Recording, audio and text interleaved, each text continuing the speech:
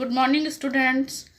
आज हम आपको पाठ 1 भाषा, लिपि, बोली और व्याकरण पढ़ाएंगे। ठीक है।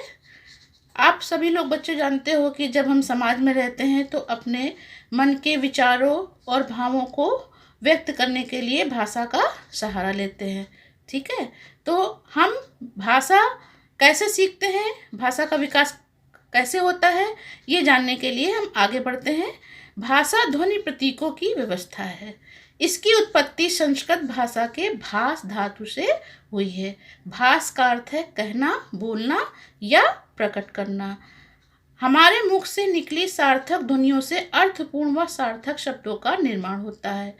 इन शब्दों से वाक्यों की रचना होती है, जिनके माध्यम से हम अपनी बात दूसरे तक पहुंचाते हैं और दूसरे की बात को समझते हैं। यही भाषा है।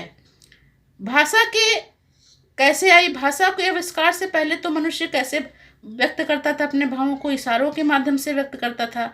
लेकिन ये इशारों से जो भाषा व्यक्त करता था तो वो सांकेतिक भाषा कहलाती थी। लेकिन सांकेतिक भाषा का प्रयोग आजकल प्रचलन में नहीं है, बहुत कम ही है प्रचलन में। जैसे मूक बधिर लोग होते हैं, ये व्यक्ति अपनी भाषा का प्रयोग करते हैं, या यातायात पुलिस भी सांकेतिक भाषा का प्रयोग करती है।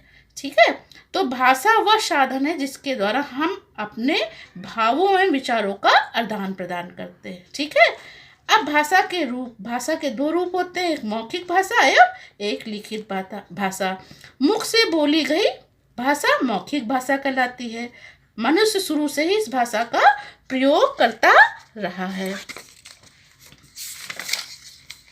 लिखित भाषा, जब हम अपने मन के विचारों को लिखकर प्रकट करते हैं और लिखे गए विचारों को पढ़कर ग्रहण करते हैं तो वो क्या कहलाती है? लिखित भाषा कहलाती है। जैसे लिखित भाषा का प्रयोग कैसे करते हैं?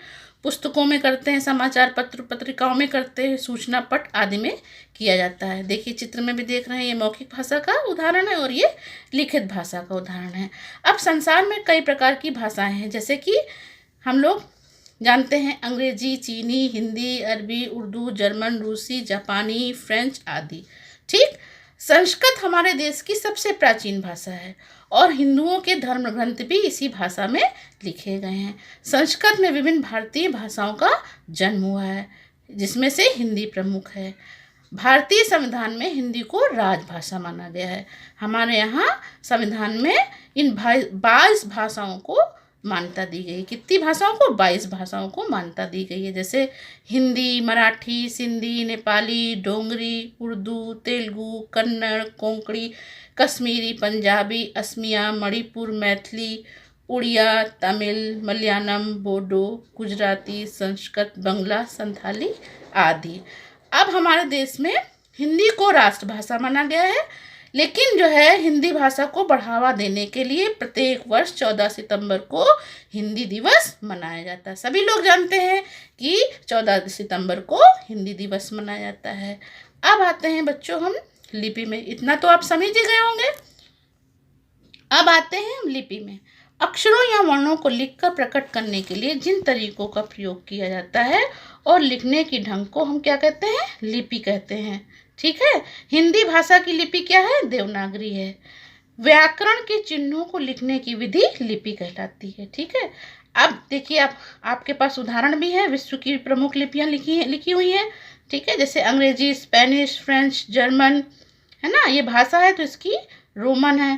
पंजाबी किस में लिखते हैं? गुरुमुखी। चीनी चित्रलिपि। तमिल, उर्दू, फारसी, बांग्ला, अरबी, हिंदी, संस्कृत, नेपाली, ये देवनागरी भाषा में लिखी जाती है। अब बच्चों आते हैं बोली में। ठीक है।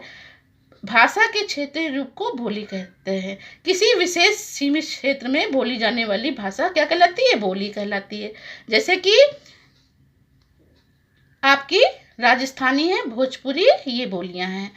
ठीक। जिस प्रकार किसी खेल के उचित संचालन के लिए अंपायर या निर्णायक जरूरी होता है, उसी प्रकार भाषा को व्यवस्थित करने के लिए व्याकरण की जरूरत पड़ती है। व्याकरण वह शास्त्र है जिसके द्वारा हमें भाषा के शुद्ध रूप का ज्ञान होता है। अब व्याकरण पढ़ने से हमें क्या क्या लाभ होते हैं वो जान लीजिए। व्याकरण के द्वारा यह भाषा की प्रकृति का विश्लेषण करता है, यानी प्रकृति बताता है कि भाषा की प्रकृति कैसी है। व्याकरण भाषा की अशुद्धियों को दूर करके उसे शुद्ध एवं परिमार्जित करता है, यानी कि व्याकरण शुद्ध रूप में भाषा को लाता है। व्याकरण का ज्ञान होने पर भाषा का उचित प्रयोग करना संभव हो जाता है, जिससे भाषा क्या बन जाती है, प्रभावशाली बन जाती है। भाषा को नियमित एवं व्यवस्थित करता है। भाषा की रचना एवं स्वरूप का ज्ञान कराता है और उसकी व्याख्या करता है। ठीक है, अब आता है व्याकरण के अंग। व्याकरण के 4 अंग हैं बेटा, वर्ण विचार, शब्द विचार, वाक्य विचार और पद विचार। वर्ण विचार, वर्ण विचार में वर्णों के आकार, उच्चारण, वर्गीकरण, संधि व संयोग आदि के नियमों का अध्ययन किया जाता है। ठीक है, कैसे वर्ण होंगे, वर्णों का आकार कैसा होगा, उसका उच्चारण कैसा होगा, उसका वर्गीकरण कैसे किया जाएगा, ये सब क्या बताया जाता है वर्ण विचार में। अब शब्द विचार में शब्दों के भेद, व्युत्पत्ति, रचना संबंधित नियमों का अध्ययन कराया जाता है। वाक्य विचार में बच्चों वाक्यों के प्रकार, उनके संबंध, वाक्य विश्लेषण, संश्लेषण, विराम चिन्हों का कैसे प्रयोग किया जाता है ये बताया जाता है। और पद विचार में वाक्य में आए विभिन्न प्रकार के शब्द क्या कहलाते हैं, पद कहलाते हैं। इन पदों के स्वरूप एवं योग पर विचार किया जाता है। तो इस प्रकार बच्चों आप लोगों ने व्याकरण का पहला लेसन पढ़ लिया, भाषा लिपि, और इसकी PDF मैं आपको दूंगी ग्रुप में, और सारे बच्चे इसको पढ़ेंगे। घर में रहिए, पढ़ाई करते रहिए और सुरक्षित रहिए। धन्यवाद।